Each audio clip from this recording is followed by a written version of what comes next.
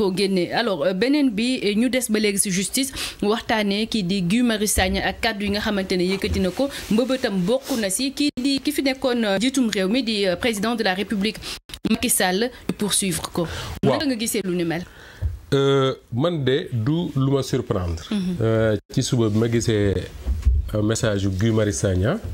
parce que Guy Marius Sagna dafa bokk ci homme politique Sénégal yi nga xam ne. lépp lu mu nekk di ko def ñëpp koy yëgandoo xam naa ne yow mi di ngay jot ay message am. journaliste yi ñuy seetaan dinañ jot ay message am moom bu bindee dara dana fexe ba journaliste yëpp ñu am seen contact mu yónnee leen ko dina fexe ba rédaction yëpp mu yónnee leen ko xam nga loolu day tax nga nekk ci niveau d'information boo xam ne doo ne yëguma nangam. moo tax ci suba bu ma yuree dama gis mu envoyé message boobu dama jël sama temps lire ko ma comprendre une chose mooy dafa wax ne moom dafay demander Assemblée nationale ñu def mise en accusation contre Macky Sall devant la haute cour de justice. La haute cour de justice Assemblée nationale teg na ko ci jamono yee ñu weesu li ñu ko sant mooy topp ñi nga xam ne ñoo fi nekkoon premier ministre président de la République mais Macky Sall li tax mu am particularité Safiatou Cissé mooy président la boo xam ne article 101 bu constitution bu Sénégal moo ne mënu ko topp ci lu dul haute trahison. Maintenant haute trahison boobu nit ñi wala bokk jàngkat yi en tout cas ñi jàng droit ak yenn journalistes yi nga xam ne dañuy gëstu ci mel noonu ñenn ñi dañ naan haute trahison mënoo ko définir wala boog définiruñ ko à partir de là ñu ne kon comme ab bool la boo xam ne dañ ko teg te waxuñu lan moo ci nekk mën nga cee def loo xam ne mën nañ ko tudde haute trahison je ne sais pas ba xam yaa ngi comprendre moo tax Guy Marius Sagna dafa def effort expliquer moom ci bataaxal bi nga xam ne moom la jébbal assemblée lan moo wax mu yaakaar ne Macky Sall li mu def war nañ ko tudde haute trahison ba pare jaarale ko ci yoon maanaam atte ko ni ñuy attee président de la République boo xam ne dañ ko dafa def haute trahison di fàttali ne su fekkee ne lii Guy Marius Sagna bëgg sotti na Macky Sall mooy nekk premier président sénégalais bu ñu poursuivre ci yoon après son mandat su fekkee sotti na parce que Senghor jiite na Sénégal pendant 20 ans jóge fi dem yoonam Abdou Diouf ñu 80 ba 2000 jóge fi dem yoonam Abdoulaye Wade def 12 ans jóge fi dem yoonam waxuma sax topp mais sénégalais seen bopp dañ koo jaajëfal te bu ñëwee ci réew mi ñu wan ko ne merewuñ la Macky Sall moo fi jiite Sénégal jóge fi sénégalais yu bare bari ne bu mu fi ñëwati wala bu fi ñëwee dinañ ko jaar la ci yoon donc su deful ndànk dina inaugurer une grande première mais lan la Sagna teg ci ba tax mu ne Macky Sall dañ ko war a topp pour haute trahison daf ne Macky Sall dafa ci bi mu jiitee état wu Sénégal dafa contracté dette hors cadre légal maanaam dette boo xam ne fi ñu war a jaar pour légal war a jaar pour Macky Sall da koo teggi dem lépp ci turu Sénégal bor boo xam ne mën nañ koo natt ci 2517 milliards muy ñaari junni milliards ak juróomi téeméer ak fukk ak juróom-ñaar ñaari junni ak juróomi téeméer ak fukk ak juróom-ñaar ci ay milliards yoo xam ne Guy Marius Sagna nee na Macky Sall leb na ko sans autorisation de l'Assemblée nationale ni inscription dans la loi des finances c'est-à-dire que xaalis boo xam ne leb nañ ko mais mënoo ci teg sa loxo quoi ne mi ngi nii parce que Assemblée nationale autorisé wu ko te biñ ko lebee ba pare boo dee xool loi des finances doo ko fa gis koppari Sénégal nag bu am na yoo xam ne bu duggee ci kees gi dafa war a feeñ ci loi des finances moo tax sax parfois ngay dégg ñuy wax loi des finances initiale après ñu ne loi des finances rectificative Doudou Wade dina ko expliquer lu bëree bëri beneen bi nga xam ne moom la Guy Marius Sagna teg ci taabal ji daf ne usage massif et irrégulier de compte de dépôt du trésor mu ne dafa am ay compte de dépôt du trésor yoo xam ne daal ni ko Macky Sall doon defee ak nguuram dafa jéggi dayo ba ñu ngi ko wax ne toll na ci 2562 milliards yoo xam ne jaar na compte yooyu en violation du principe du contrôle budgétaire mooy ñaari junni ak juróomi téeméer ak juróom benn fukki ñaari milliards ñaari junni laa wax de ci ay milliards ak juróomi téeméer ak juróom benn fukki ak ñaari milliards yoo xam ne moom Macky Sall ak mbiram jaara lañ gonte ko ci compte yi def ni ba mu génn bëggu te amul benn principe ci li nga xam ne mooy contrôler budget boo xam ne respecté nañ ko muy ñaar ñetteel ba mu ne dissimulation mooy nëbbu déficit réelu état wu Sénégal maanaam déficit bi dañ ne woon fii loolu ndekete nga fële ca kaw toit ba. beneen bi mooy la dette globale du Sénégal dañ ñu ko nëbboon xam ne c'était ñu ngi woon 80 xaw ma 87%, alors que dem nañ pratiquement ci 100%. lii la Guy Marius Sagna teg ci taal ji ne lii la Macky Sall def mën nañ kaa tudde haute trahison, donc day demander Assemblée nationale ñu def voter une mise en accusation topp Macky Sall. léegi député yi nekk parce que là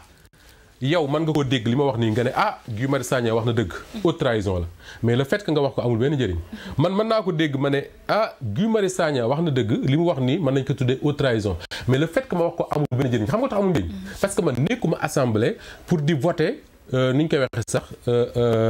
mise en accusation. 165 députés yi nekk assemblée di voter mise en accusation ñoom la Guy Marius Sagna di waxal. est-ce que li mu wax doy na leen kon Macky Sall ba nañ ko toppee haute trahison ñoom ñoo koy seet ñoom député yi. léegi fekkee ne topp nañ procédure yi ba dem fi ñu war a def ba àgg plénière dañuy voté suñ voté dañ ne la 3/5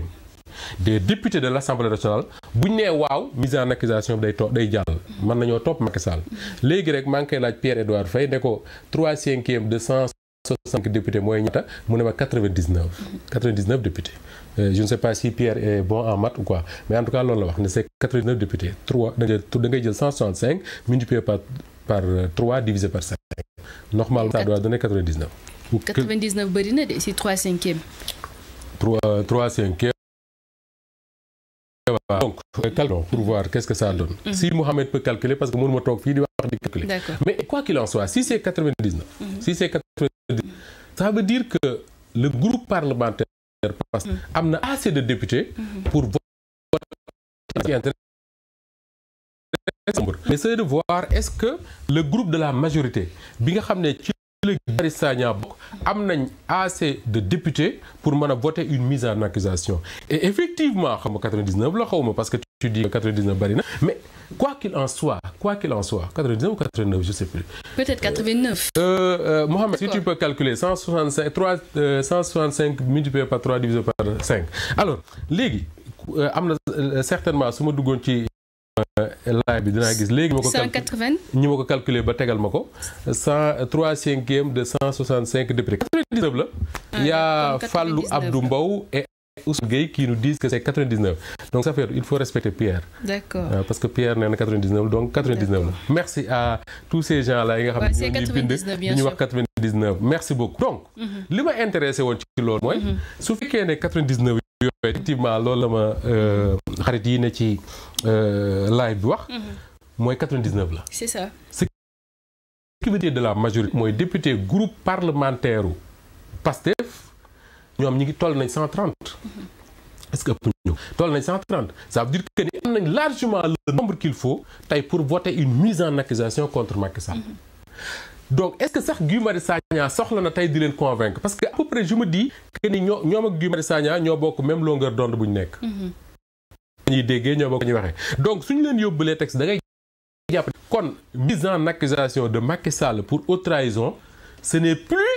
une vue de l'esprit, mais c'est bien une probabilité. C'est bien une possibilité. Donc,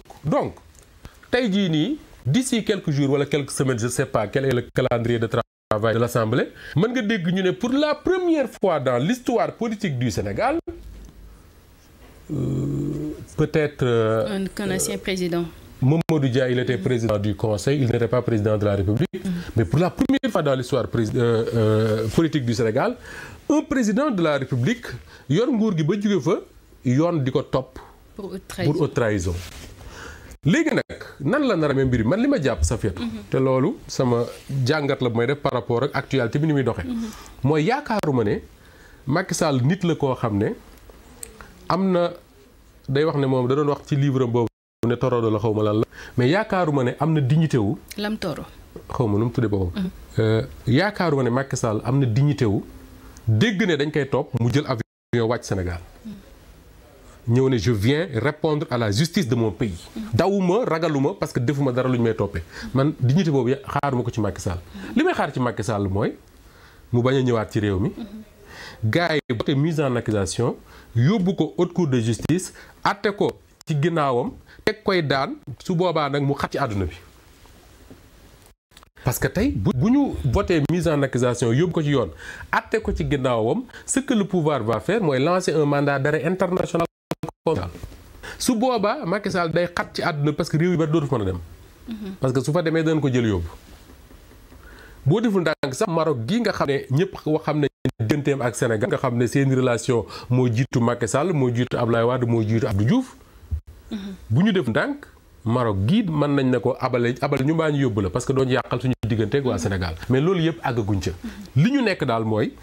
Guy Marius Sagna teg na ay argument ci taabal ji wax ni lii Macky Sall def mën nañ koo tudde haute trahison xam naa bu ko neexoon sax yokk ci xale yi ñu faat ci réew mi depuis 3 ou 4 ans xale yi ñu faat yépp ci réew mi su ko neexoon yokk ko ci léegi teg nañ lii ne léegi moom loolu da koo tudde haute trahison les députés yi nekk ci assemblée parce que Guy Marius tudde ko c'est pas le plus important man ma ne haute trahison la wala ma ne du haute trahison c'est pas le plus important yow nga wax ko c'est pas le plus important mooy les députés ñi nekk assemblée parce que ñoom ñooy voté mise en accusation ñoom bu fekkee ne lii doy na leen lii Guy Marius Sagna wax mën nañ ko tuddee haute trahison dañuy voté une mise en accusation après nag gars yi topp procédure yi nga xam ne moom la yoon wane pour poursuivre Macky Sall mu nekk une